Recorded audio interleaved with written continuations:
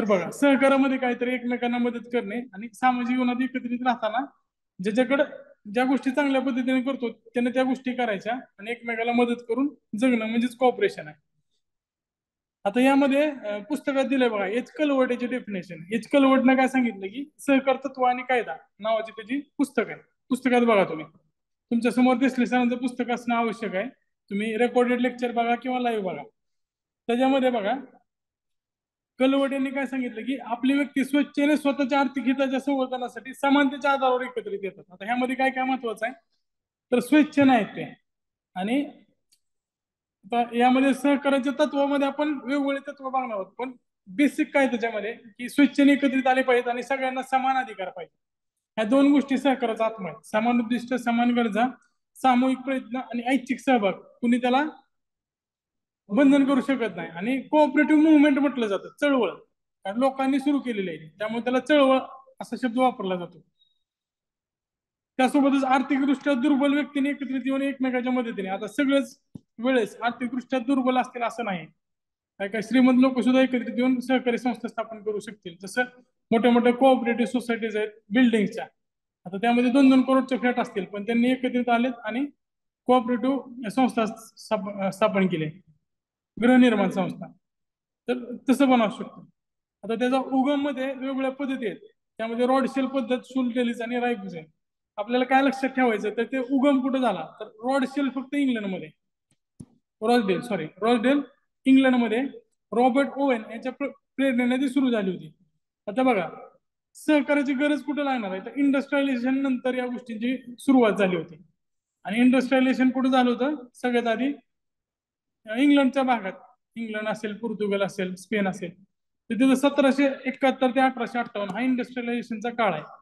आता त्यावेळेस कापड गिरणीत काम करणारे जे विणकर होते त्यांनी एकत्रित येऊन ग्राहक सहकार मंडळाची स्थापना केली. जसं पुण्यामध्ये सुद्धा टिळक रोड ग्राहक पेठ आहे, ती सुद्धा ग्राहक सहकारी मंडळच आहे. म्हणजे समजा आपल्याला एखाद्या वस्तू विकत घेताना, आपण गावाकडून किंवा कोरोनामध्ये बरेच जण करायचे, गहू विकत घेताना किंवा फळं विकत घेताना एकत्रित घ्यायचे आणि मग सगळ्यांना आपल्यात वाटायचे. मग समजा आता तुम्हाला 50 पोते घेतले गहू, तर मग एकदम स्वस्त मिळणार. मग जे घर आहेत 25 घर असतील, त्यांनी 2-2 पोते वाटून घ्यायचे, त्यांना होलसेलच्या रेटनं ते मिळेल, 20-25% त्यांचं त्यामध्ये बचत होईल. तर त्या संकल्पनेनं ही पुढे आलेली ग्राहक मंडळाची संकल्पना आहे. विणकर कारागिरांनी ते एकत्रित केले.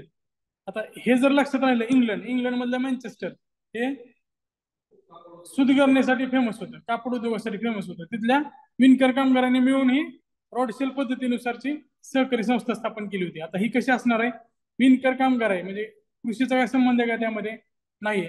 आणि ही कशासाठी आहे, ग्राहक भंडार आहे म्हणजे वस्तू विकण्यासाठी आहे. तर यामध्ये बिगर पतसंस्था आहे. पतसंस्था म्हणजे काय, तर जी कर्ज देते आणि हा उचल किंवा ठेव स्वतःकडे जमा करून घेते, त्याला म्हणायचं आपण पतसंस्था. आता हे काय, बिगर पतसंस्था आहे. आणि बिगर कृषी तर आहेच, पैशाचा व्यवहार ज्याच्यामध्ये होत नाही त्याला बिगर पतसंस्था म्हणायचं. आणि बिगर कृषी म्हणजे काय, तर कृषीशी संबंधित नाही आहे. बिगर कृषी बिगर पतसंस्था. आता त्याचे 4 टाईप आपण पुढच्या टप्प्यात बघूया. आर्थिक सक्षमीकरण करणं आणि जीवनावश्यक वस्तू दरात उपलब्ध करून देणं. आता हे जसं ग्राहक पेठेचं काम आहे, तसंच या ग्राहक मंडळाचं काम होतं. आता शुल डेलीज ही जी पद्धत आहे ती जर्मनीमध्ये 1808 ते 1883 ह्याच्यानंतर किंवा ह्याच्या जवळपासच्या काळामध्ये सुरू झाली होती. ही बिगर कृषी पतसंस्था आहे. आता बिगर कृषी म्हणजे काय, तर व्यापाऱ्यांना कर्ज पुरवठा करणारी सहकारी पतसंस्था स्थापन केली होती. आज जसं आपल्याकडे प्रियदर्शनी, महात्मा फुले, आता ह्याच्यामध्ये पण रायसोनीची एक होती, ती पण बुडाली, रायसोनी पतसंस्था. अशा पतसंस्था व्यापाऱ्यांना कर्ज देण्यासाठी स्थापन केल्या होत्या. नागरी पतसंस्था ही बिगर कृषी पतसंस्था आहे. नागरी सहकारी पतसंस्था गावाकडे असायच्या, तर ते काय बिगर कृषी पतसंस्था आहे. आता यामध्ये कोण कोण असतील सभासद, तर कारागीर, औद्योगिक व्यापार, व्यापारी सगळे असतील. सभासदांचा आर्थिक विकास करणे, त्याच्यामध्ये आपण पिगमी बचत योजना असायची पतसंस्थेची. छोटे जे व्यवसायिक आहेत ते पैसे ठेवायचे त्यामध्ये, आणि त्यातून तुम्हाला कर्ज पण मिळायचं, कर्ज सहज उपलब्ध व्हायचं. त्यानंतर रायबझेन पद्धत, रायबझेन ही जर्मनीमध्ये सुरू झाली. आता ही काय, रायबझेन कृषीसाठी. रायबझेन आलं तर कृषी.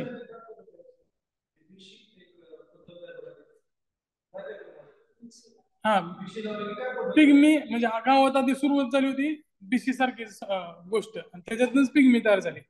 बीसी मध्ये प्रत्येकाने असे पैसे गोळा करायचे असतात, 10 सभासद असतील तर ही सहकाराचं एक पद्धत म्हणू शकतो आपण, सहकाराचं सुरुवात. बीसी मध्ये 10 लोक एकत्रित येणार, समजा त्यांनी 100-100 रुपये जमा केले तर त्यातला आता त्यामध्ये वेगवेगळ्या टाईपची पद्धत असते. एक असते बोली पद्धतीची बीसी आणि एक असते लकी ड्रॉ पद्धतीची. बोली पद्धतीत असते, आता 10 जण आले, 100-100 रुपये जमा केले, समजा लहान मुलांचे विषय किंवा आधीच्या काळातले विषय, त्यांनी 1000-1000 रुपये दिले असतील, जमा किती झाले 10,000 रुपये.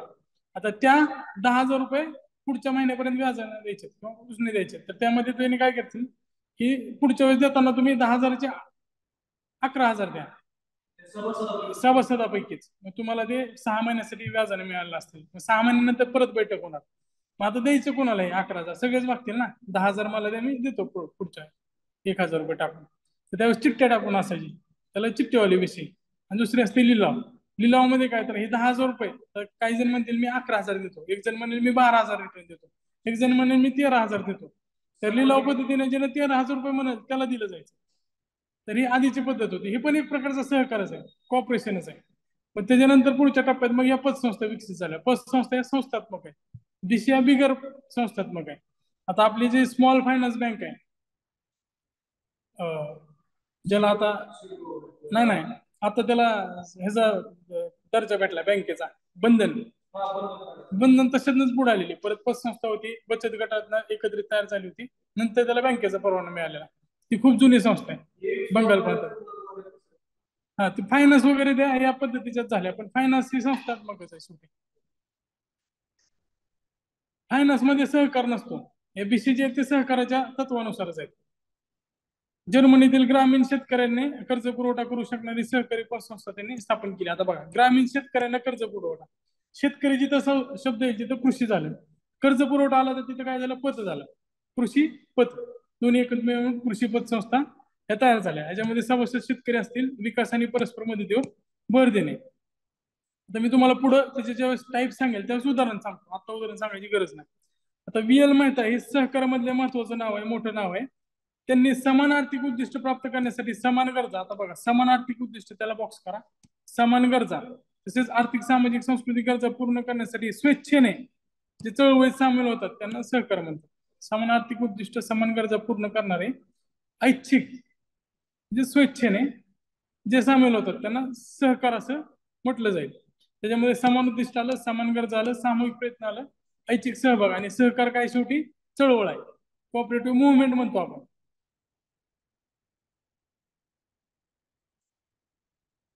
आता सहकार सगळ्यात सर्वश्रेष्ठ काय मानले जाते, तर त्यामध्ये नफा अंतर्गत स्पर्धा आणि मध्यस्थी यांना स्थान नसतो. त्यामुळं ग्राहक भंडारामध्ये मिळणारी वस्तू सगळ्यात स्वस्त असतात. त्यामध्ये मध्ये दलाल नाही ना कोण, त्याचा फायदा सगळ्यांना मिळतोय. भांडवलशाही आणि समाजवाद यापेक्षा सहकार्याचे तत्व श्रेष्ठ आहे. मधला म्हणजे वेगळाच मार्ग आहे सहकारामध्ये. दोनांना जोडणारा दुवा सुद्धा त्याला म्हणता येईल. सहकारात एक व्यक्ती एक मत आहे, त्यामुळं त्या व्यक्तीला सर्वाधिक मत आहे, म्हणजे ज्याचं भांडवल जास्त आहे म्हणून त्याला जास्त मतदान आहे असं नाही.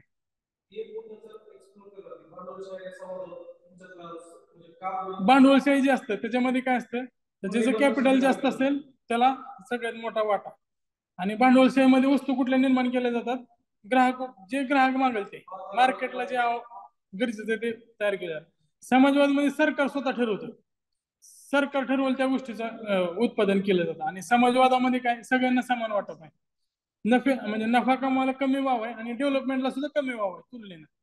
मात्र सहकारामध्ये दोन्हीचा मध्यम मार्ग किंवा सुवर्ण मार्ग स्वीकारलेला आहे. समाजवादातलं एक व्यक्ती एक मत आहे आणि दुसरं सहकारामध्ये काय, तर काय भांडवलशाहीची सुद्धा तत्व आहेत. म्हणजे उत्पादन करताना जे नफा मिळेल पण नफा सगळ्यांना वाटला जाईल असं सुद्धा विचार केला जातो. सहकारमुळे काय होईल, आर्थिक दुर्बल घटकाचे कल्याण आणि सेवा या दोन गोष्टींना आध्यात्मिक महत्व दिलेलं आहे.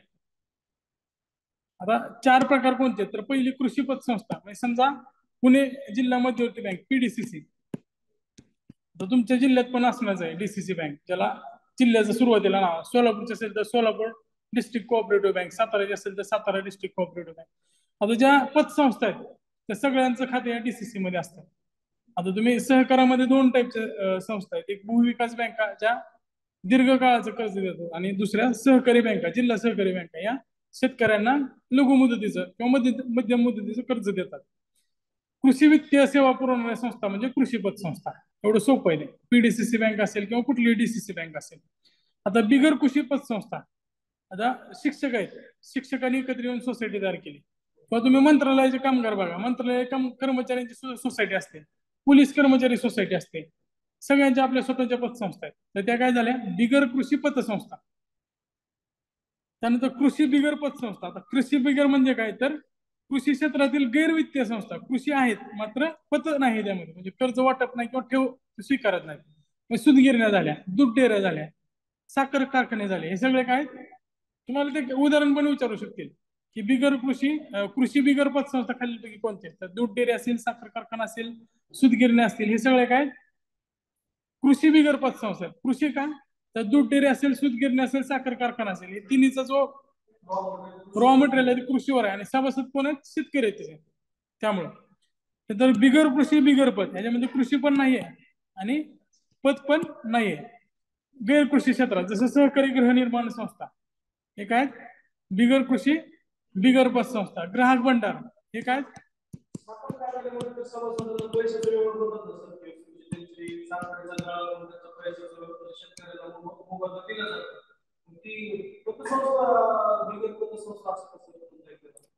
पतसंस्था म्हणजे बँकेचं काम करणार थोडक्यात. बँकेचं काम नाही करत, घेणं देणं, ठेवणं आणि कर्ज देणं हे बँकेचं काम साखर कारखाने काय करत नाही. मात्र जसं कंपन्यामध्ये डिव्हिडंड मिळतं तसं सभासदांना पण त्यांचा वाटा मिळतोच. आता साखर कारखान्यात काही साखर देतात सभासदांना, साखर स्वरूपात वाटा देतात बरेच साखर कारखाने.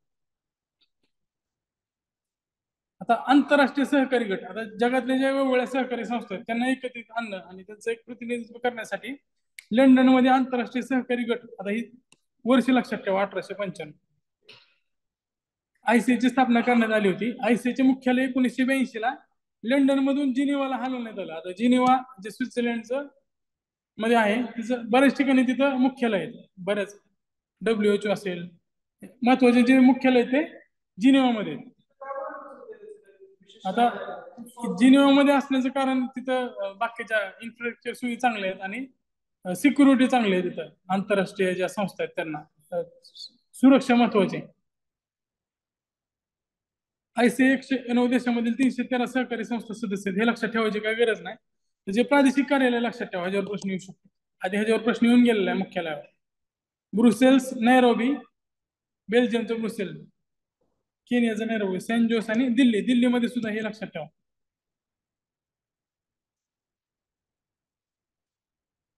दिल्लीमध्ये ते लक्षात राहू द्या.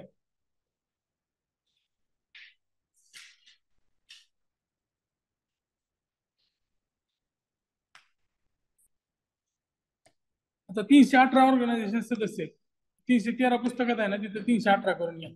ते वाढणार आहे, लक्षात नाही ठेवलं तरी चालेल, पण तुमच्या समाधानासाठी राहिलं तरी चांगलं आहे. 1 जुलै 2023 आंतरराष्ट्रीय सहकार दिवस म्हणून साजरा केला जातो. हे परत बघणार आहोत आपण. 1 जुलै आंतरराष्ट्रीय सहकार दिन आहे. आता आयसीआयचे कामं काय आहेत?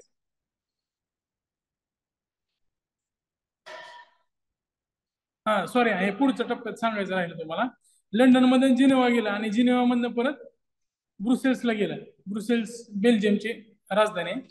म्हणजे तिन्हीचे पण नाव लक्षात ठेवा, लंडन आधी, नंतर जिनेवा, नंतर ब्रुसेल्स. मात्र वर्ष लक्षात ठेवायची गरज नाही कोणत्या वर्ष हलवलं ते.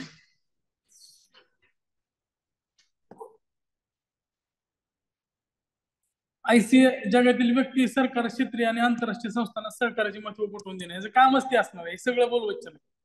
इंटरनॅशनल कॉपरेशन किंवा कोऑपरेटिव्ह अलायन्सचं काम काय असणार आहे, तर सहकाराविषयी जागरूकता तयार करणं, त्याचं नेतृत्व करणं, वातावरण निर्मिती करणं, माहिती पुरवणं, तांत्रिक मदत करणं, हे सगळं त्याचे उद्दिष्ट आहेत. सदस्य संख्येत वाढ करणं, जागतिक प्रभाव वाढवणे, सशक्त सहकारी संस्थांचा विकास करणे, सक्षमीकरण करणे, समान वाटा, एकजूट.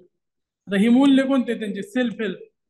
सेल्फ रिस्पॉन्सिबिलिटी, डेमोक्रेसी, इक्वेलिटी आणि इक्विटी अँड सॉलिडेरिटी. आता या सगळ्या गोष्टी तुम्हाला सहकार डोक्यात आणल्यानंतर लक्षात येईल. त्याच्यामध्ये सेल्फ हेल्प असणार आहे, सेल्फ रिस्पॉन्सिबिलिटी असणार आहे, लोकशाही असणार आहे. लोकशाही हे सहकाराचं सगळ्यात मूलभूत तत्व आहे. समानता आहे, प्रत्येकाला एक मत, एक सभासद एक मत आहे, समान वाटा आणि एकजूट आहे.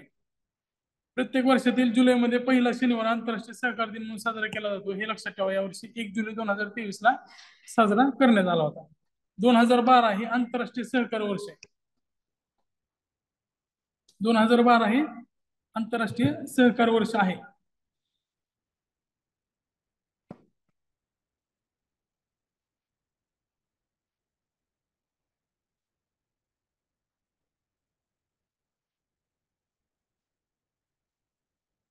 आता यातले जे नवीन आणि जुने तत्व आहेत ना, ते आपण बघूया.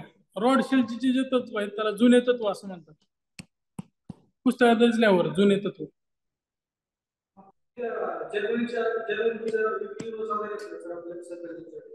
आपल्या बऱ्यापैकी म्हणजे दोन्हीकडल्या गोष्टी आपण घेतलेल्या आहेत. दोन्हीच्या पण आहेत, म्हणजे आपल्याकडे जर्मनी आणि इंग्लंड दोन्हीच्या गोष्टी आपण एकत्रित केलेल्या आहेत. त्यामध्ये बघा, जुनी तत्वामध्ये काय, खुले सभासद सगळीकडे आहे. खुले सभासद, पुढे ऐच्छिक सभासद हे थोडं त्यामध्ये करेक्शन केलं. भांडवलावर मर्यादित व्याज, कारण नफा कमवणे हा फक्त त्याचा उद्दिष्ट नाही आहे.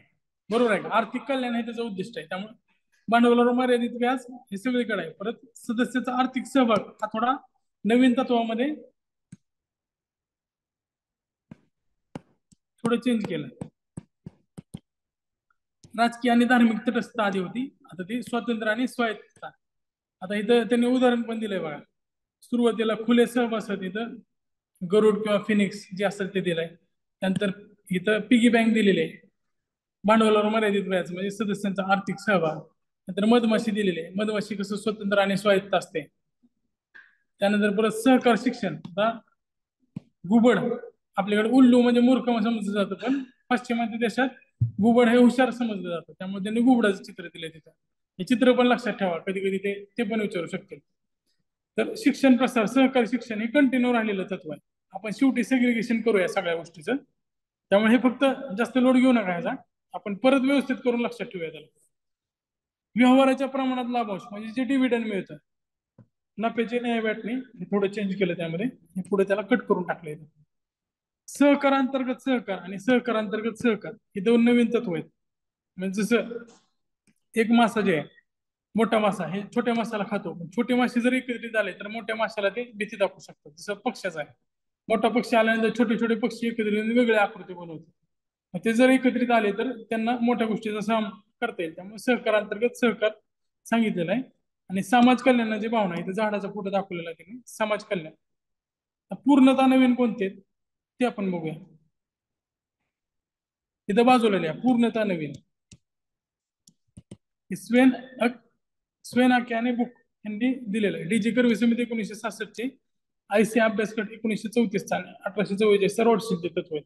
आता पूर्णता नवीन कोणते, ह्याच्यावर 2-3 वेळा प्रश्न विचारला, 3 वेळा आला कदाचित त्याच्यावर प्रश्न. हे दोन्ही लक्षात ठेवा. स्वातंत्र्य स्वायत्तता हे पूर्णता नवीन आहे. आणि समाज कल्याण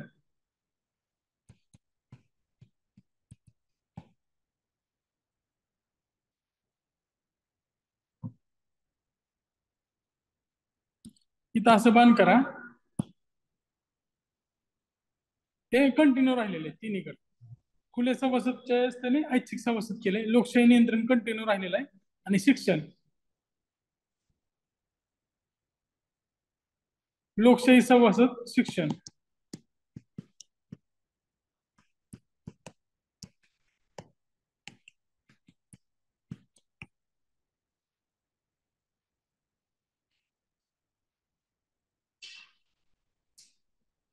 सगळीकडे असं लिहून टाका तुमच्या भाषेत.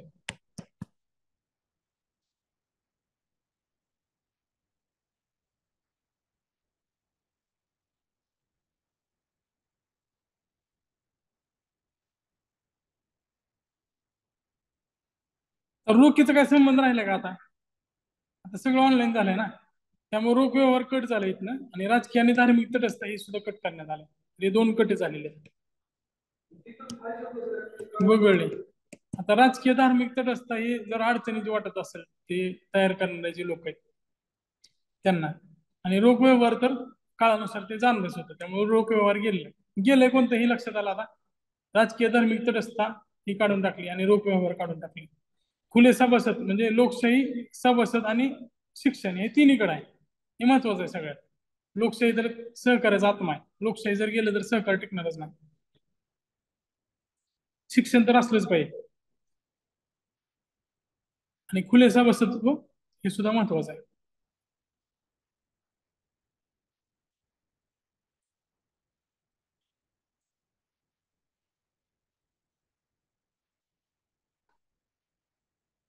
हे पण वगळलं आहे.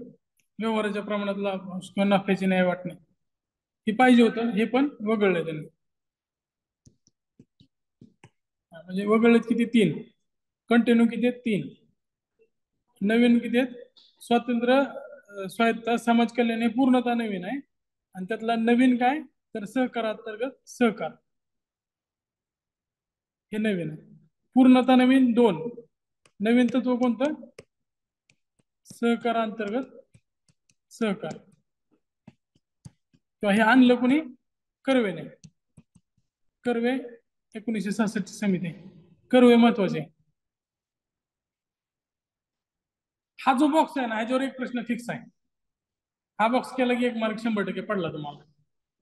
आणि अवघड नाही काय विचारलं जात. आता यावेळेस मला वाटतं आकृत्या पण विचारतील बाजूचा.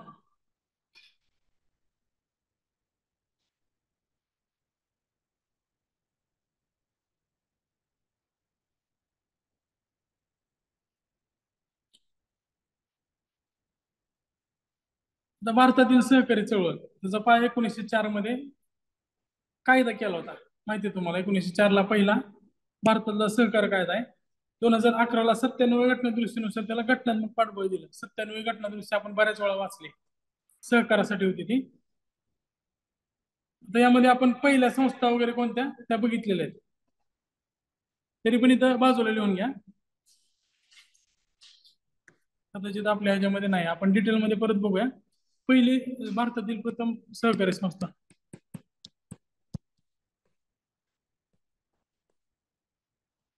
परस्पर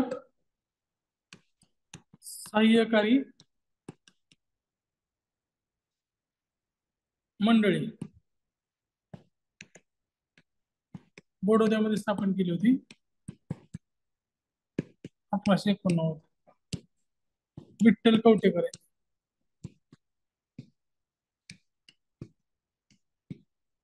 परस्पर सहाय्यकारी मंडळी बडोदा 1889. विठ्ठल कवठेकर यांनी.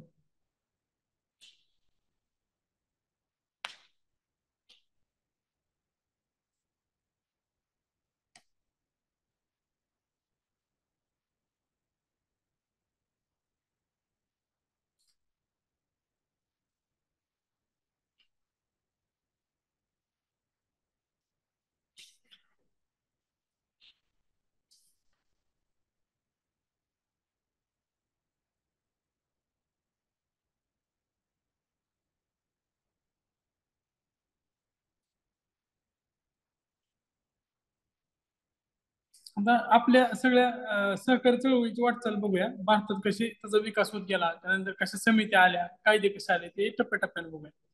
Frederick Nicholson 1892. 1892चा टप्पा म्हणजे काय? तर त्यावेळेस ब्रिटिशचं क्राऊन भारतावर राज्य करत होतं. कंपनी नव्हती, क्राऊन होतं त्यावेळेस. तर फेडरिक निकोल्सनला मद्रास प्रांत शासनाने सहकारी पतसंस्थेचा अभ्यास करण्यासाठी जर्मनीला पाठवलं. म्हणजे त्या काळात आहे ना, इंग्लंडमध्ये जरी सुरुवात झाली असेल सहकार्याची, तर विकास सगळ्यात जास्त जर्मनीमध्ये झालेला. सहकारात सगळ्यात जास्त विकास कुठे झाला? जर्मनीमध्ये. निकोल्सननं भारतात सहकारी संस्था स्थापन करण्याची प्रेरणा जर्मनीतून घेतली होती. ग्रामीण सहकारी पतसंस्था स्थापन करताना राईबझेन. राईबझेन कशासाठी महत्वाचं आहे? तर कृषी आहे राईबझेन मध्ये, बरोबर आहे का? कृषी आणि ग्रामीणचा संबंध आहे ना. राईबझेन काय सांगतोय? कृषी पतसंस्था सांगतोय. हा. आणि शहरीसाठी काय? तर शुल्डेज. शहरी शुल्स. येतं शुल्स डेलीज पद्धतीचा स्वीकार करण्याची शिफारस निकोल्सनने केली होती. ग्रामीण मसल्यावर राईबझेन शिवाय पर्यायच नाही, कारण तिथे कृषी आहे. हे लक्षात ठेवा, ह्याच्यावर पण प्रश्न येईल. उलट करतील कदाचित ते. ग्रामीण सहकारी पतसंस्था स्थापन करताना शुल्डेलीज आणि इकडं रायबझेन करतील. पण ते लक्षात ठेवा. रायबझेन म्हणजे कृषीच आलं पाहिजे तुमच्या डोक्यात. आणि शहरी शुल्क लक्षात राहील तुम्हाला.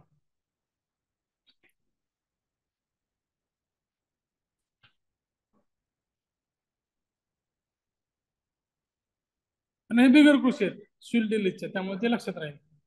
एडवर्ड लॉ समिती 1901 ला स्थापन केली होती. निकोल्सनची शिफारशीने निकोल्सन तिकडनं जाऊन आला, त्याने मद्रास सरकारला शिफारशी सांगितल्या. पुढे ब्रिटिश भारताने एडवर्ड लॉ यांच्या अध्यक्षतेखाली एक समिती स्थापन केली, ज्याने युरोपमधल्या कृषी पतसंस्थेचा अभ्यास केला, म्हणजे पूर्ण युरोपच्या. लॉ समितीने ग्रामीण भारताचे पुनरुज्जीवन करण्यासाठी रायबझेन पद्धतीचे सहकारी पतसंस्थांना सहजीवनी द्या असं सुचवलं. आणि त्यामध्ये दुसरं तुमच्या डोक्यात येणार पण ना ऑप्शन, कारण ग्रामीण भारतात जर विकास करायचा असेल तर कृषी पतसंस्थाच महत्वाचे. त्यामुळे त्यानं पण तेच सांगितलं की रायबझेन पद्धतीच्या सहकारी पतसंस्था, म्हणजे तिथं कसं कंसातल्या तुम्ही कृषी, रायबझेन जिथे जिथे तिथे कृषी लिहा. समितीने सुचवलेल्या जवळपास सर्व शिफारशी शासनाने स्वीकारल्या. रायबझेन पद्धतीच्या सहकारी संस्था वाढीस लावण्यासाठी 1904 मध्ये सहकारी पतपुरवठा पतसंस्था कायदा करण्यात आला. या कायद्याची रचना लॉ समितीने सुचवली होती. तर सहकारी पतपुरवठा कायदा 1904. आता हा जो काळ आहे तो कशाचा आहे, बंगालच्या फाळणीच्या आधी देशातलं वातावरण पेटत होतं. स्वदेशी, बहिष्कार, स्वराज्य आणि राष्ट्रीय शिक्षण हे चतुसूत्रे भारतात गाजली होती. यावेळेस ग्रामीण भागाला खुश करण्यासाठी 1904 ला सहकारी पतपुरवठा कायदा संमत करण्यात आला. यामध्ये काय तरतुदी होती, तर किमान 10 व्यक्ती सहकारी पतसंस्था स्थापन करू शकत होते. त्यामध्ये सभासदांनाच कर्जावर रक्कम मिळेल, एक व्यक्ती एक मत या तत्वाला अत्यंतिक महत्व राहील. लेखा परीक्षणासाठी प्रत्येक प्रांताला एक रजिस्टर असेल. आज पण आपण राज्यसेवेमध्ये दुय्यम निबंधक नावाची पोस्ट आहे सहकाराची. रजिस्टर पतसंस्थेचे ग्रामीण आणि नागरी असे वर्गीकरण राहील. कृषी पतसंस्थेत 4/5 सदस्य शेतकरीच असले पाहिजे आणि नागरीमध्ये 4/5 सदस्य शहरातील असले पाहिजे. ग्रामीण पतसंस्था मर्यादित तत्वावर आणि नागरी पतसंस्था मर्यादित किंवा अमर्यादित तत्वावर स्थापन केल्या जातील. ग्रामीण आणि शहरी पतसंस्थांमध्ये 1904 कायद्यातील विविध तरतुदी असल्या तरी पण या कायद्यामुळे सहकारी संस्थेच्या विकासास हातभार लागला, कारण ह्याला कायद्याचं पाठबळ होतं. ते आपण पुढच्या टप्प्यात घेऊया. कंपनीचे डेफिनेशन आहेत. म्हणजे तिथं त्यावेळेस तशी गरज होती. लिमिटेड म्हणजे त्यामध्ये कसं आहे, मालकीवर आहे, म्हणजे शेअर होल्डरच्या मालकीवरती मर्यादित आणि अमर्यादित असं असतं. लिमिटेड कंपनी जसं ह्याच्यामध्ये दिलेलं आहे. तर ते कंपनी ऍक्ट नुसार मी तुम्हाला ते डेफिनेशन सांगेल. 2013च्या कंपनी ऍक्ट मध्ये अजून त्याचे डेफिनेशन सुधारलेले आहे.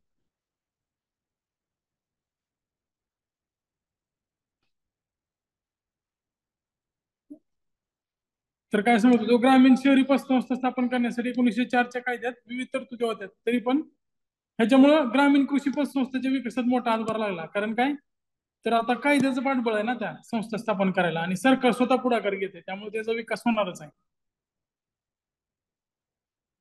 आता ह्याच्यामुळे काय होलं की लोकांनी स्वतःच्या सहकारी संस्था स्थापन केल्या. ह्याच्या आधी गावातले लोक, आता ही मोठ्या प्रमाणात झालं नाही. जोपर्यंत इंदिरा गांधीनं नॅशनलायझेशन केलं नाही बँकाचं, तोपर्यंत खरा चेंज झाला नाही. सावकाराचं जे स्ट्रक्चर होतं ते स्ट्रॉंगच होतं. आपण आता 2014च्या आसपास कायदा केला, 13 का 14ला, 15 ऑगस्टला. तर त्यावेळेस सावकाराच्या विरोधातला कायदा, सावकारी प्रतिबंधक कायदा केला महाराष्ट्राने. अजूनपर्यंत त्या गोष्टी चालू होत्या. मात्र त्यावेळेस एक नवीन मार्ग तर मिळाला की लोक एकत्रित येतील, स्वतःचे पैसे एकत्रित ठेवतील आणि आपल्या आपल्यात कर्ज वाटप करतील. त्यापुढे केंद्राने कायदे चेंज होत गेले. मात्र सगळ्यात जो बेस आहे तो 1904 कायदा आहे, सहकाराचा बेस. हा, नोंदणीकृत सावकारी चालतंय, लायसन्स जर असेल तर. फक्त बिगर नोंदणीकृत असेल, आता नोंदणीकृत असेल तर काय, त्याचा व्याज दर सरकारने ठरवलेला असेल ना. ह्याच्यामध्ये काय, नोंदणीकृत नसला तर तो त्याच्या मर्जीने व्याज सांगतोय. तसं नाही, आता सगळं कागदोपत्री बँकेपेक्षा जास्तच असतो, मात्र लिमिट मध्ये. हा, मर्यादित व्याज असतं आणि सरकारचं नियंत्रण असतं त्याच्यामध्ये. दर वर्षाचं व्याज असतं, महिन्याचं व्याज नसतं. आता सहकारी संस्था कायदा 1912, 1904 सहकारी संस्था कायदा पतसंस्थापर्यंत मर्यादित होता. 1912 कायद्याने सर्व प्रकारच्या संस्थांना, आता आधीचा जो होता तो फक्त पतसंस्थेसाठी होता 1904. 1912 कायदा कोऑपरेटिव्ह सोसायटीज ऍक्ट म्हणून आला बघा, की कोऑपरेटिव्ह क्रेडिट सोसायटीज ऍक्ट होता. इथे क्रेडिट शब्द महत्वाचा आहे, म्हणजे हे पतसंस्थेसाठी मर्यादित होता, ग्रामीण आणि शहरी दोन्हीसाठी. मात्र काय, हे पतसंस्थेसाठी मर्यादित आहे. आता हे पुढे काय झालंय, सगळ्या टाईपच्या सहकारी संस्था स्थापन करता येतील. पतसंस्थेबरोबर इतर सहकारी संस्था स्थापनेस सुद्धा परवानगी देण्यात आली होती. सहकारी व्याख्येचे विस्तृत करून सहकारी संस्थांना कायदेशीर संरक्षण दिले. त्यासोबतच सभासदाच्या भांडवल गुंतवणुकीवर मर्यादा घालण्यात आल्या. पुढे एडवर्ड मॅक्लेगन समिती आली 1914 ला. आता सहकारच्या कायद्याच्या कामगिरीचे परीक्षण करणं, आता जी कायदा केलेला आहे आपण 1912चा, त्या कायद्याचा इम्पॅक्ट कसा होतोय त्याचा अभ्यास करण्यासाठी मॅक्लेगन समिती आली होती. मॅक्लेगन समितीनं काय शिफारसी केल्या तर सहकारी संस्थांनी उत्पादक कर्जासाठीच कर्ज दिलं पाहिजे. काटकसर सहकारी शिक्षण यावर भर द्यावा, हे काय बोलवच्च नाही. सहकारी क्षेत्रातील घटकाची रचना त्रिस्तरीय असावी, म्हणजे काय मॅक्लेगननं त्रिस्तरीय रचना सांगितली. हे लिहून घ्या साईडला. आता पुढे जे येईल ते मी खाली ऍड करून देतो तुम्हाला.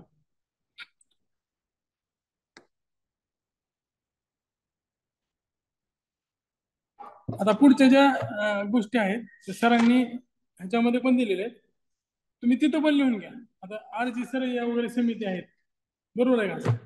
पुढे आर जी सरय्या 1945. ह्याच्यामध्ये महत्वाचं काय तर सहकार नियोजन समिती चळवळ ग्रामीण भागापर्यंत पोहोचली पाहिजे. तर आर जी सरय्याला काय लक्षात ठेवायचं, सहकार नियोजन आर जी सरय्या समिती, एवढंच लक्षात ठेवा.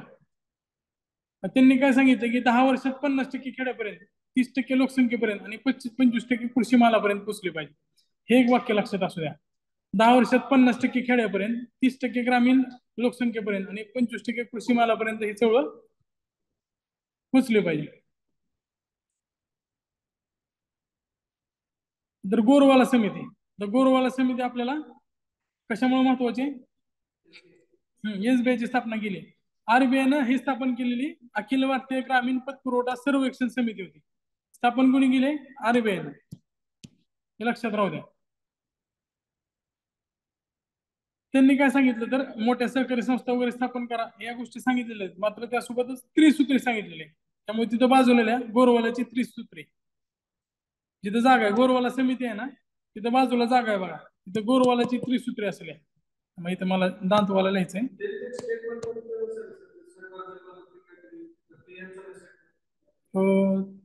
ते ह्यांचंच आहे, सहकारी संस्था जरी अपेक्षित ठरल्या तरी सहकारी यशस्वी झाला पाहिजे, त्याच्यावर प्रश्न आला होता.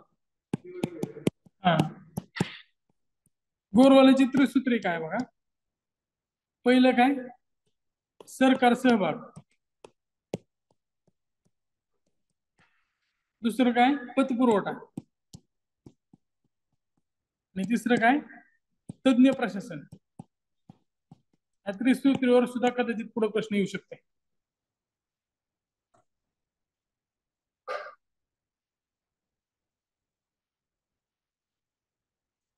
आतापर्यंत गोरवालावर प्रश्न विचारला एसबीआयच्या स्थापनेसाठी वगैरे, मात्र हा पण प्रश्न महत्वाचा आहे.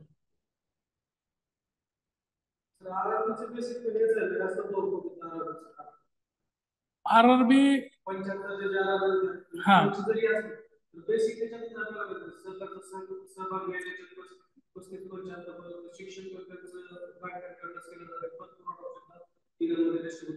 आरआरबी जी आहे ती ग्रामीण भागासाठी आहे, पण त्याला सहकार मध्ये नाही, ते सरकारच मोहन नाही आहे त्यामध्ये. सरकारचा सहभाग आहे, तज्ञ प्रशासन मध्ये सरकारीच आहे आरआरबी पूर्ण. आता नर्मदा ग्रामीण वगैरे असेल सरकारी बँकेसारखंच आहे. मात्र आरआरबीचं वेगळं काय तर जे कर्ज दिलं जातं त्यांना 75% पीएसएल सेक्टर लेंडिंग करायचं, प्राथमिक क्षेत्राला 75% करायचं आरआरबी. हा, बाकी सगळं मॅनेजमेंट बँक सारखंच. आरआरबीला स्पेसिफिक सांगितलं तुम्ही ग्रामीण भागाचा विकास करा आणि त्या क्षेत्रीय विकास करा आरआरबी साठी. आता गोरवालानं परत एसबीआयची स्थापना करण्यासाठी शिफारस केली, इम्पेरियल बँक रूपांतर करून 1 जुलै 1955 ला एसबीआयची स्थापना झालेली. त्यानंतर पुढे बघा, निजलिंगप्पा समिती. गोरवाला सहकारी यशस्वी व्हावा, ते वाक्य पण लक्षात ठेवा. आता निजलिंगप्पा समिती हे कर्नाटक मधले होते. आता त्यांनी एक working group on cooperative farming वर होता. एक गाव एक सहकारी संस्था नियोजन आयोगाने स्थापन केली होती संयुक्त सहकारी शेतीसाठी. आता निजलिंगप्पाच्या तिथे काय लक्षात ठेवा तुम्ही ही नियोजन आयोगाने स्थापन केली होती समिती, त्यावेळेच्या प्लॅनिंग कमिशन.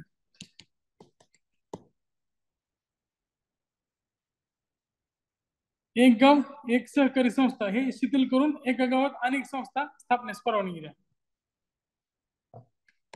एक गाव एक सहकारी शिथिल करा, एक गाव एक संस्था शिथिल करा असं सांगितलं त्यांनी.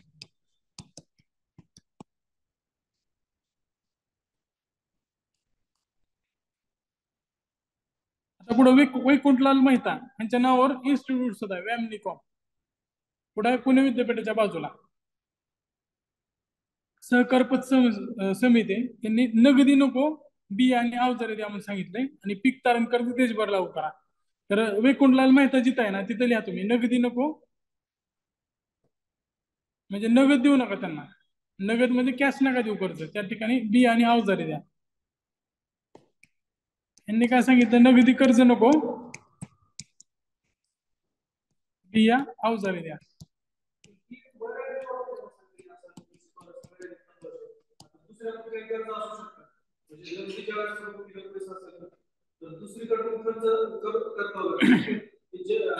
वैकुंठलाल मेहताने जे मॅनेजमेंट बघितलं असेल ना, तर महत्वाच्या गोष्टी ह्याच्यावर खर्च करायच्या ऐवजी बाकीच्या गोष्टीवरच खर्च होत असेल, आणि शेतीमध्ये जी पाहिजे तो विकास त्यांना दिसत नसेल. म्हणजे बिया अवजारे म्हणजे खत वगैरे सगळंच येणार आहे त्यामध्ये, मात्र वस्तूच्या स्वरूपात द्या, कॅश नका देऊ. हा, त्यामुळे असं नाही की त्यांनी फक्त बिया आणि अवजारे सांगितले असतील, खत सांगितलं असतील, कीटकनाशक सांगितलं असतील, सगळं सांगितलं असेल त्यामध्ये. आणि पीक तारण कर्ज सुविधा पूर्ण देशभर लागू करा. पीक तारण म्हणजे काय असतं, तुमचं जे उभं पीक आहे तेच तारण समजलं जातं, आणि त्याच्या आधारावर पीक कर्ज दिलं जातं. तर पीक तारण देशभर लागू करा. क्रॉप क्रेडिट, हा, आडत मध्ये मग तसंच असतं. किंवा तुम्ही जर वेअर हाऊस मध्ये ठेवलं तर धान्यानंतर त्याच्यावर सुद्धा कर्ज मिळतं, वेअर हाऊसच्या पावतीवर सुद्धा तुम्हाला कर्ज मिळू शकतं, किंवा उभ्या पीकवर जी नोंदी असतात सातबाऱ्यावर त्याच्यावर सुद्धा पीक कर्ज मिळतं बँकेकडनं. त्यानंतर दांतवाला द्विस्तरीय म्हणलाय. आता वर लिहिलं होतं आपण एका ठिकाणी मॅकलेगनच्या तिथं, मॅकलेगन काय म्हणलं होतं, त्रिस्तरीय. दांतवाला काय म्हणतोय, द्विस्तरीय असावे संस्था.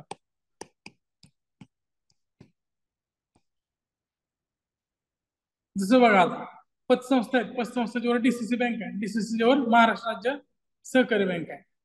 तर हे काय तीन स्तरीय. मॅकलेगन तीन स्तरीय म्हणलं होतं, दांतवाला द्विस्तरीय म्हणलं होतं. जसं भूविकास बँकाच आहे, जिल्हा भूविकास बँक, आणि त्याच्यावर महाराष्ट्र राज्य भूविकास बँक. आता सध्या त्याचं डिझोल्युशन केलेलं आहे.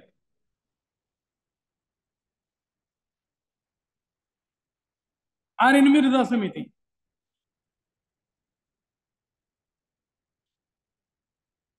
तर मिर्झाला काय लिहा तुम्ही, मिर्झाला त्यानं सावकार आणि ठेकेदारांना सभासदत्व देऊ नये असं म्हणलं होतं. म्हणजे सावकार आणि ठेकेदाराच्या मिंद्यात नसल्या पाहिजेत संस्था, आणि त्यांनी सभासदत्व घेतलं म्हणल्यावर तीच त्याच्यावर हे करणार आहे. आणि त्यांच्यापासून वाचण्यासाठीच हे तयार केलेलं ना सहकार, ठेकेदार आणि सावकार यांनापासून वाचण्यासाठीच सहकार आणलेला आहे. त्यांच्या मिंद्यात नको हे लक्षात ठेवा, असं लिहून घ्या, म्हणजे लक्षात राहील तुम्हाला. मिर्झा, सावकार, ठेकेदार.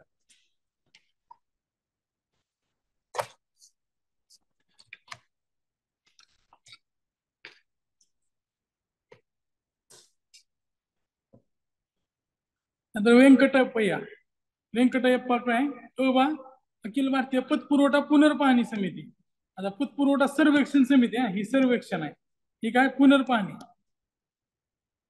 ही तुम्हाला वरच्या साईडला लिहून देऊ का मी, तिन्ही समित्या, मग लक्षात राहील तुमच्या, हे बरेच वेळा होणार आहे. बँक अवसायानं काढली म्हणजे लिक्विडेशन केलं, म्हणजेच काय, त्याचा आपण म्हणतो की ती बंद करताना लिक्विडेशन करतो आणि ते विकून टाकतो त्याच्या मालमत्ता, त्याला म्हणतात अवसायनात, लिक्विडेशन इंग्लिशमध्ये. त्याच्या मालमत्ता विकायच्या, ज्यांचं कर्ज आहे त्यांचं द्यायचं, जे शेअर होल्डर आहेत त्यांना वाटा द्यायचा, म्हणजे अवसायनात काढणं. इथं लिहून घ्या तुम्ही, 1951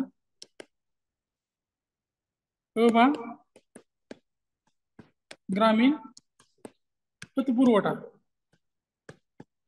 कुठलीही समिती, गोरवाला, बरोबर आहे का.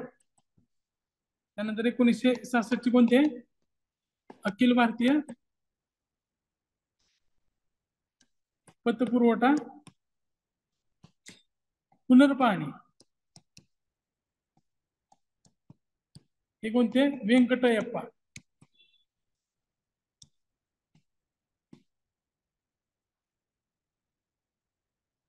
1986 कुठल्या परत?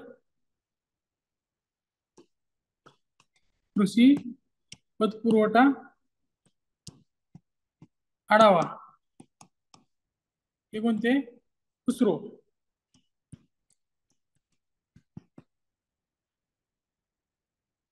या तिन्हीमध्ये कन्फ्युजन होऊ शकते का? त्याची जोड्या लावायला विचारलं तर अजून जास्त कन्फ्युजन होईल.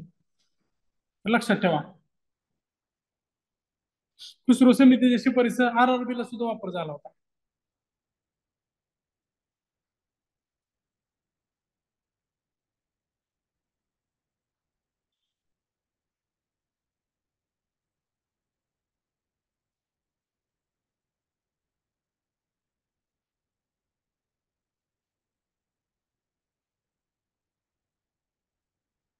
इथं एक अजून एक लिहून घ्या. 1981 ची. हा सॉरी 1979 ची. कृषी ग्रामीण पतपुरवठा पुनर्वलोकन. शिवरामन. बी शिवरामन ज्याच्या नावावर स्थापन झाली 12 जुलै 1982.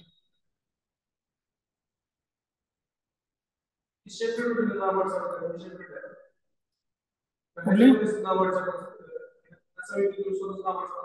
या समितीनुसारच बाकीचे जे सेल्स वगैरे होते RBI मध्ये वगैरे आणि गव्हर्नमेंटच्या पण संस्था होत्या ते एकत्रित करून नाबार्डची स्थापना झाली.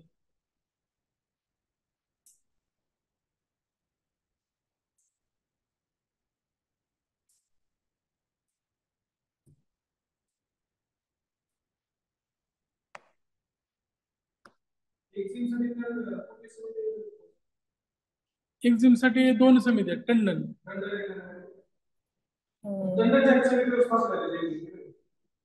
टंडन समितीच महत्वाची एक्झिम साठी.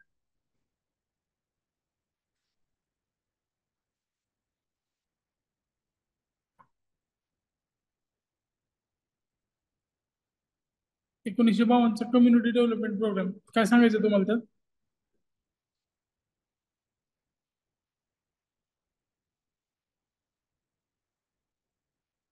हा बरोबर आहे. गोरवाला समितीनंतरच ते CDP ची सुरुवात झाली होती. Community development program. बरोबर आहे. ती परत कम्युनिटी डेव्हलपमेंट प्रोग्राम व्यवस्थित चालला नाही त्यामुळे नॅशनल एक्सटेन्शन प्रोग्राम आला आणि त्यानंतर मग बलवंतराव मेहता समिती आली. त्याचं काम या दोन्ही ज्या योजना आहेत त्या व्यवस्थित चालल्यात का नाही ते बघण्यासाठी होतं.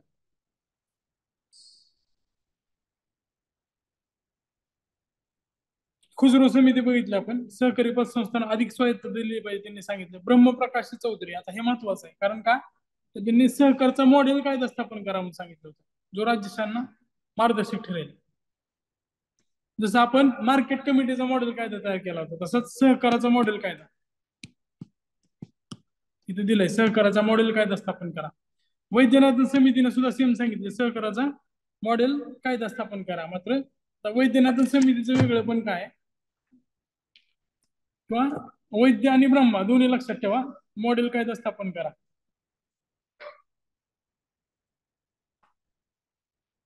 वैद्य ब्रह्मा असं लिहू शकता तुम्ही.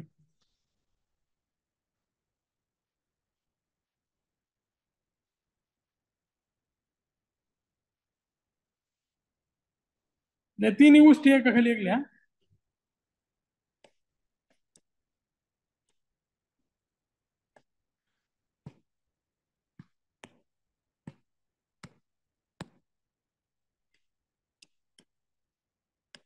ब्रह्मा प्रकाश वैद्यनाथन.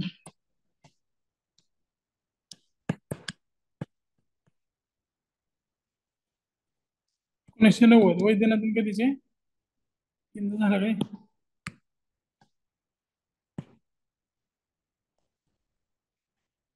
2004.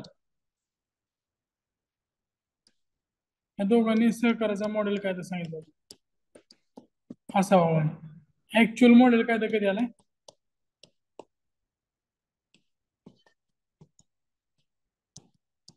2012 धोरण 2002च काय हे वेगळा एपीएमसीचा काय संबंध धोरण 2002चा मॉडेल कायदा 2012चा आणि आंतरराष्ट्रीय सहकारी वर्ष सेमच आहे.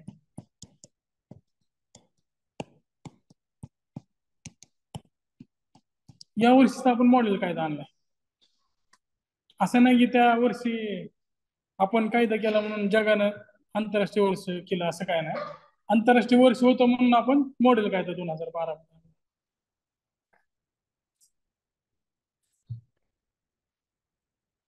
आता 2009ची जी शिवराज पाटील समिती आहे ती घटनांमुळे दर्जा द्या म्हणून सांगितलं त्यांनी. शिवराज पाटील समिती 2009 उच्चस्तरीय समिती होती. घटनांमुळे दर्जा द्या सहकारला असं सांगितलं आणि मग दिलं कधी 97 घटना दुरुस्ती 2011 तिथं 12 जानेवारी 2012 संमत करण्यात आली आणि 15 फेब्रुवारी 2012 लागू झाली. आता ह्याच्यावर प्रश्न आला की लागू कधी झाली. 15 फेब्रुवारी 2012 हे महत्वाचं आहे आणि 12 जानेवारी 2012 संमत झाली हे पण लक्षात ठेवा. आंतरराष्ट्रीय दिवस आणि वर्ष. आंतरराष्ट्रीय दिवस कोणता आहे जून मधला पहिला शनिवार. या वर्षी कधी आला होता तो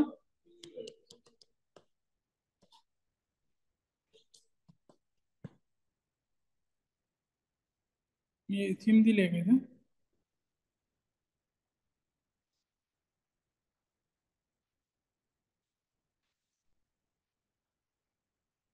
cooperative for sustainable development theme पण दिले.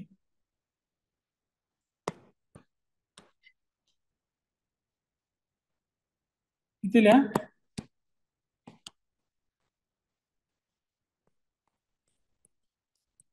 पहिला शनिवार यावर्षी 1 जुलै 2023 cooperative for sustainable development theme यावर्षी.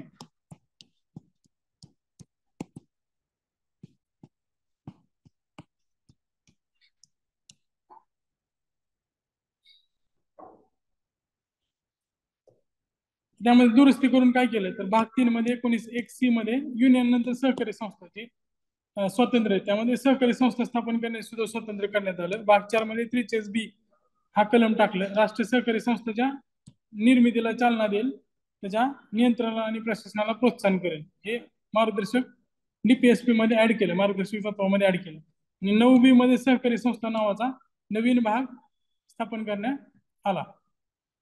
बरोबर आहे. मराठी शाश्वत विकासासाठी सहकार 2023 ची थीम आहे. थीम पण लक्षात ठेवा. तर महाराष्ट्रातल्या सहकार चळवळीमध्ये बघा मुंबई प्रांतासाठी 1925 ला सहकारी संस्था कायदा करण्यात आला. महाराष्ट्र सहकार कायदा 1960 चा आहे आणि 61 मध्ये महाराष्ट्राच्या सहकारी संस्था नियम लागू करण्यात आले. म्हणजे ह्या घटना महत्वाच्या आहेत आणि नवीन कायद्यानुसार दुरुस्ती 2013 ला केलेली. तर आपल्यात जर विचार केला तर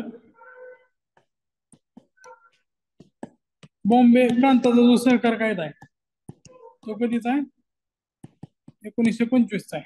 बरोबर आहे का. आणि महाराष्ट्र सहकार कायदा आपल्याला ज्यावेळेस वेगळं केलं वेगळं राज्याचा दर्जा मिळाला त्याच वेळेस तो करण्यात आला 1960 ला. त्यानंतर त्याचे जे नियम आहेत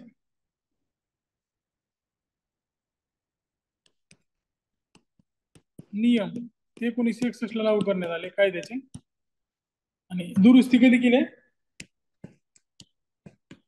2013 ला. कशानुसार मॉडेल कायद्यानुसार. मॉडेल कायदा कधी आलाय 12 ला. त्या वर्षी काय आंतरराष्ट्रीय सहकार वर्ष.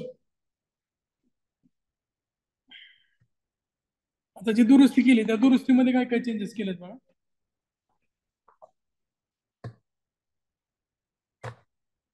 नाही नाही हे रद्द नाही केली. एनजॅकची दुरुस्ती रद्द केली सुप्रीम कोर्टनं 99. 97 नाही रद्द केलेली. आता ह्याच्यामध्ये बघा दुरुस्ती काय काय तर कलम 2 मध्ये विषय काय होता तज्ञ संचालक. आधी ह्याच्यामध्ये असं काय नव्हतं तज्ञ संचालक. 2013च्या दुरुस्तीनुसार तज्ञ संचालक म्हणून तज्ञ व्यक्ती संचालक म्हणून स्वीकृत केला जाईल. आधी कुणाला पण आपले जे अं, पास असू दे, फेल असू दे, काय त्याला येत असू दे नसू दे, कुटुंबातल्या व्यक्तीला त्या संस्थेवर लावायचं. अजून पण बघा, महामंडळ आणि संस्था ह्याच्यावर सुद्धा युती करताना विचार केला जातो. आणि खरं तर म्हणजे राजकीय अड्डे नाही, ते विकासाचे केंद्र आहे. त्यामुळे ते तज्ञ संचालक असले पाहिजे, कार्यात्मक संचालक असला पाहिजे. म्हणजे तो कार्यशील असला पाहिजे, नाही तर तो संचालक आहे परत तिथं कधी जातच नाही. एखाद्या खेळाच्या संघटनेचा अध्यक्ष आहेत, आता काही काही जण आहेत आपल्याकडे, पवार साहेब आहेत, ते जातात कुस्तीच्या उद्घाटनाला वगैरे, त्याच्यावर लक्ष पण देतात. आणि एखादा नेता आहे, त्याला काहीच माहित नाही त्याबद्दलचं, आणि तो त्याचा अध्यक्ष झाला, त्याच्यावर कधी जातच नाही, त्याच्या संस्थेची वाढ होणार नाही ना. त्यामुळे तो कार्यशील असला पाहिजे, जागृत सदस्य असला पाहिजे तो. त्यासोबतच पोट नियमात दुरुस्ती काय केली बा,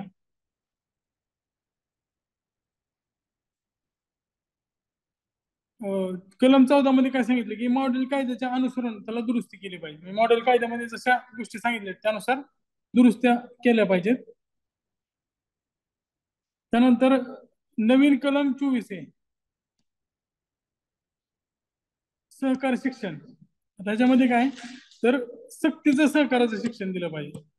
सहकारी शिक्षण मागे बघितलं आपण, कंटिन्यू आहे शिक्षण, मात्र इथं सक्तीचा हा शब्द वापरला, हे आपल्यासाठी महत्वाचं आहे. सक्तीला गोल करा. आता व्यवस्थापकीय समितीचा आधी कार्यकाळ 6 वर्ष होता, तो कमी करून 5 वर्ष केला. आता निवडणुका होणार मॅनेजमेंट काउन्सिलच्या. 73 मध्ये काय सांगितलंय, व्यवस्थापकीय समितीत आरक्षण आधी फक्त एक एससी किंवा एसटी साठी होतं, आता 3 जागा आरक्षित केल्या, एक एससी किंवा एसटी साठी आणि 2 महिलांसाठी. बॉक्स करून लक्षात ठेवा, महिला 2 पहिल्यांदाच ऍड केल्यात. आधी निवडणूक प्राधिकरण काय होतं, राज्य सहकारी संस्था निवडणूक प्राधिकरण, आता स्थापन करण्यात आलेलं आहे. गव्हर्नर सरकारी संस्थेच्या निवडणुकीसाठी सचिव स्तरावरील अधिकाऱ्याच्या अध्यक्षतेखाली एक निवडणूक प्राधिकरण स्थापन करेल. ह्याच्या आधी जिल्हाधिकारी किंवा सहकार विभाग त्याच्या घ्यायचा.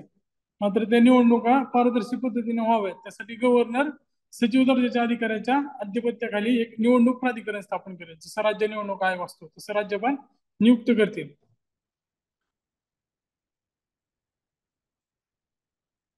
आता आधी काय प्रशासक नेमला जायचा, आता प्राधिकृत अधिकारी नेमू शकतोय. आधी जर समजा तिथं काय समितीचे सदस्य नवीन समिती किंवा प्रशासक नेमू शकत होती, मात्र आता प्रशासकाच्या ठिकाणी प्राधिकृत अधिकारी, थोडा शब्द बदललाय. शेवटी प्रशासक आणि प्राधिकृत अधिकारी हा सरकारी अधिकारीच असतो, मात्र त्याला प्रशासक न म्हणता आता प्राधिकृत अधिकारी असा शब्द वापरलेला आहे. तुम्ही बघितलं असेल की तुमच्या बऱ्याच ठिकाणी बघा, लातूरच्या महानगरपालिकेला पण चालतं, लातूर का नांदेडच्या, जर कुठल्या कारभारात गोंधळ असला तर तिथं प्रशासक नियुक्त केला जातो, नगरपालिकेला किंवा एखाद्या मार्केट कमिटीला. मार्केट कमिटीच्या ह्याच्यामध्ये भ्रष्टाचार अफरातफर असेल तर तिथं ती बरखास्त करून, आता बऱ्याच गोष्टी चालू होत्या मध्ये जेव्हा सरकार चेंज झालं होतं, बऱ्याच ठिकाणी प्रशासक नियुक्त केले होते.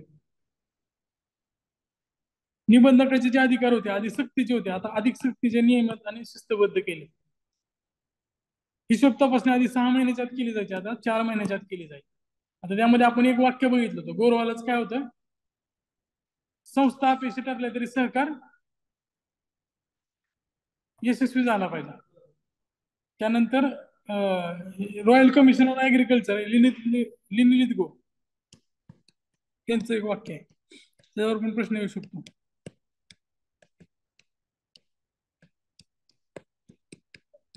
लिनिलिथ गो हे काय म्हणतात, सहकार यशस्वी झाला तर ग्रामीण भाषेची भारताची आशा मावळली म्हणूनच समजा. सहकार अयशस्वी झाला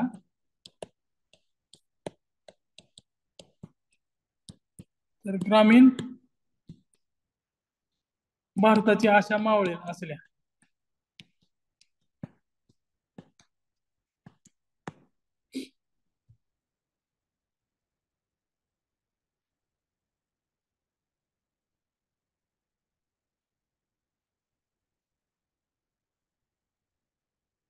1997 घटना दुरुस्ती रद्द केली.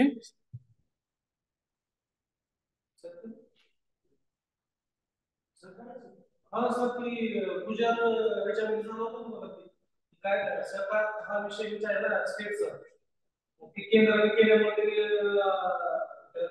म्हणजे गुजरात राज्य सरकार दुसरी आपली त्यावेळेस केलं होतं, त्याच्यामध्ये ती चॅलेंज केलेलं.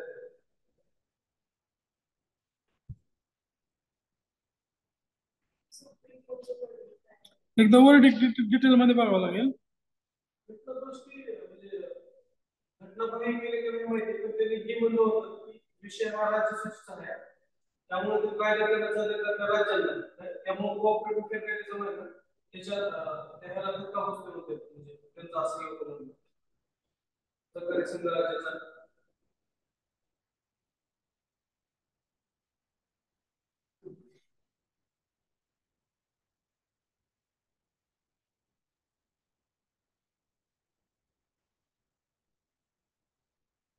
बरोबर आहे. त्यातला जो कार्यात्मक भाग आहे ना तो स्टक डाऊन केलाय. गुजरात हायकोर्टानं तो व्हॅलिड ठरवला होता. स्टेट लिस्ट मध्ये येते त्यामुळे बरोबर आहे. स्टक डाऊन झालेला आहे. मी अजून थोडं डिसिजन वाचतोय हे थोडा.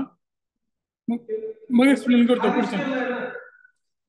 वर्किंग पार्ट जो आहे ना तो सरकारी संस्थाच्या कार्यात्मक संदर्भातला भाग तो स्टक डाऊन केलाय. जो इन्सर्ट केला होता 97 घटना दुरुस्तीनं.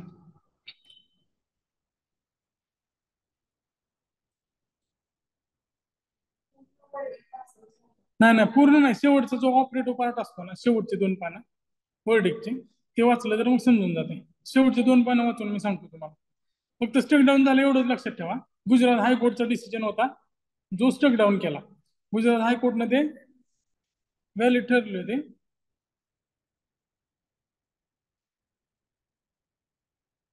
एक मिनिट.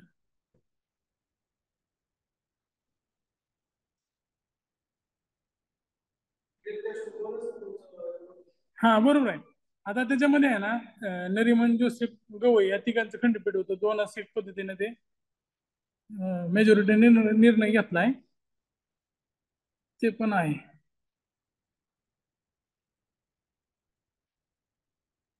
आता त्यामध्ये त्यांनी 12चा मॉडेल कायदा त्यामुळे केला होता. ईपीएमसीचा पण मॉडेल कायदा काय केलाय. मॉडेल कायदा म्हणजे मी तुम्हाला देतोय मॉडेल आन्सर ते बघून तुम्ही उत्तर तयार करा. 2012ला पण मॉडेल कायदा तयार केला. एपीएमसी म्हणजे कृषी विपणन हा जो भाग आहे तो सुद्धा राज्याकडेच आहे. त्यामुळे कृषीला ईपीएमसी साठी त्यांनी मॉडेल ऍक्ट केला होता. आता पण त्यांनी मॉडेल ऍक्ट केलाय. घटना दुरुस्ती करून तो विषय जर त्यांनी स्टेट लिस्ट मधनं सेंट्रल लिस्ट मध्ये किंवा कॉन्करंट मध्ये घेतलं तर त्यांना अधिकार येतील त्याचे.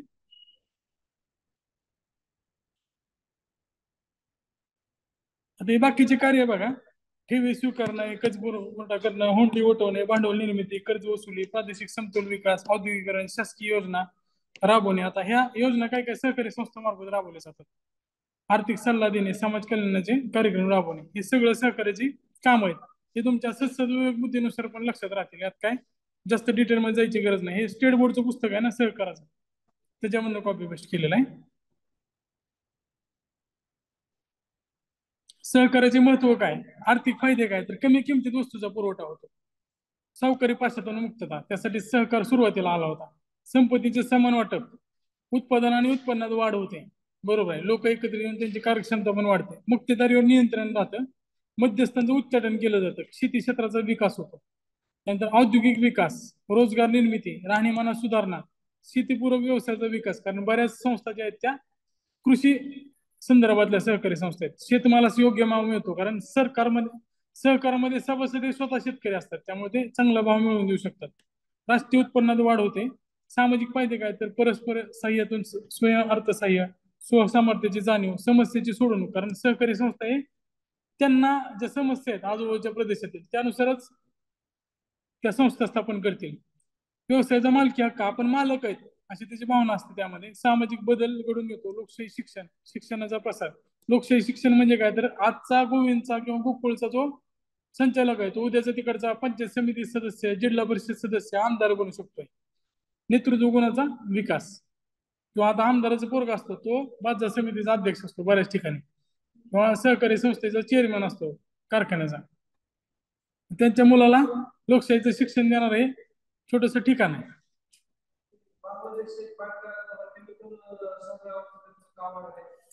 ते युनिस खान आहे त्यांचं बचत गटासंदर्भात काम आहे. त्यांना नोबेल मिळालाय. सेल्फ हेल्प ग्रुप संबंध. युनुस खान असं काय तर का मोहम्मद युनुस, मोहम्मद युनुस असेल बहुतेक. सेल्फ हेल्प ग्रुप संदर्भात आहे. हा एस एच जी. तर आता इथं आपला पाठ जवळपास संपतोय. आता ह्यांनी पण शेवटी बघा, सरांनी पण शेवटी जरा ते बोलवच्चन दिलेलं आहे त्यांच्या पुस्तकात. सहकार का टिकला पाहिजे, कसा टिकवता येईल, त्याच्या समस्या काय आहेत, संकटात काय. तर हे सगळं बोलवच्चन आहे. आता समजा भांडवलाचा अभाव आहे किंवा आता राजू शेट्टी तिथं उपोषणाला बसलेले आहेत. त्यांची मागणी योग्य पण असेल, पण सध्या कारखान्यात अडचणीत आहेत. अडचणीत दोन्ही बाजून आहेत. एकतर त्यांचं इफेक्टिव्ह जे मशिनरी आहेत त्या जुन्या झालेल्या आहेत. दुसरी गोष्ट त्याच्यामध्ये राजकीय पुढारी जे आहेत ते निवडणूक आल्यानंतर त्यातला पैसा ओढून घेतात सगळा. त्यानंतर दूध संघाचं पण तसंच आहे. अकार्यक्षम प्रशासन काय, तर राजकीय वरद जास्त असल्यामुळं राजकीय हस्तक्षेप डायरेक्ट पण दिलेला आहे. सरकारवर डिपेंडन्सी आहे. जे मधला भाव आहे, आधी कसं असायचं की त्याच्यामध्ये सरकार स्वतः सांगेल त्या भावानं साखर विकली जायची, सरकार सांगेल त्या भावानं त्यांना दर द्यावा लागतो शेतकऱ्यांना. ती अडचण त्यांच्या समोर येते. प्रायव्हेट कारखाने त्यामध्ये टिकू शकत नाहीत. करवे समिती घेतली की आपण 1966 ची. आता अस्थिर मागणी काय, तर आता भांडवलशाही सगळीकडे येते. ज्यावेळेस कॅपिटलिझम येईल त्यावेळेस हे कारखाने टिकणार नाहीत. अदानी सारखे जे असं मोठे मोठे उद्योगपती आहेत, वॉलमार्ट वगैरे यायचे, त्यानंतर असे ग्राहक मंडळ टिकतील का, किंवा डीमार्ट समोर ग्राहक पेठा टिकतील का, ते टिकणारच नाही. त्यांचं मॅनेजमेंट सुद्धा आधुनिक आहे. सहकार टिकला का पाहिजे, तर ह्या सगळ्या गोष्टी आहेतच त्यामध्ये. लोकांच्या हातातली गोष्ट आहे, लोकांची संपत्ती आहे, त्यामध्ये सगळ्यांचा फायदा होऊ शकतो. मग लोकांकडे मालकी राहते, नफोगिरी टाळली जाते, आर्थिक कल्याण किंवा सामाजिक कल्याणाचा विकास केला जातो. तर टिकवता कसा येईल, तर त्यासाठी सरकारनं संस्था बनवलेल्या आहेत. त्यामध्ये प्रशिक्षण देता येईल, सहकार शिक्षण देता येईल, त्यांचं रिफायनान्सिंग करता येईल. अशा सगळ्या गोष्टी तुम्ही तुमच्या पद्धतीने लिहू शकताय. आता ह्याच्यामध्ये दिलेल्याच परीक्षेत विचारतील असं नाही. तुमच्या सदस्य विवेक बुद्धीनुसार एखादा प्रश्न येईल सहकारवर, तो लिहायचा. आता सहकार काय ते तुम्हाला नीट समजलेलं आहे, त्यानुसार ते उत्तर टॅकल करा. सहकारचा पार्ट इथं संपताय. 97 घटना दुरुस्ती थोडी अपडेट करून तुम्ही पण बघा. फक्त स्टक डाऊन झालाय, तुम्ही पण मध्ये मध्ये माहिती सांगत जावा, कारण काय काय गोष्टी माझ्यापर्यंत अपडेट होत नाहीत. सरांनी पण नाही अपडेट केलं बहुतेक पुस्तकात, सरांकडनं पण नाही. नाही, 2021 चा वर्डिक्ट आहे. हा, जून आहे, 21 वर्डिक्ट आहे. पुस्तक पण नंतरच आहे, 21 वर्डिक्ट आहे. पण कधी कधी राहून जाते ते. महत्वाचं आहे ते पण, म्हणजे पॉलिटीसाठी जास्त महत्वाचं आहे ह्याच्यापेक्षा. इकडे कदाचित विचारलं जाणार नाही, पण GS2 मध्ये विचारलं जाईल. त्यामुळे तुम्ही अपडेट असलेली गोष्टी मला पण सांगत जा.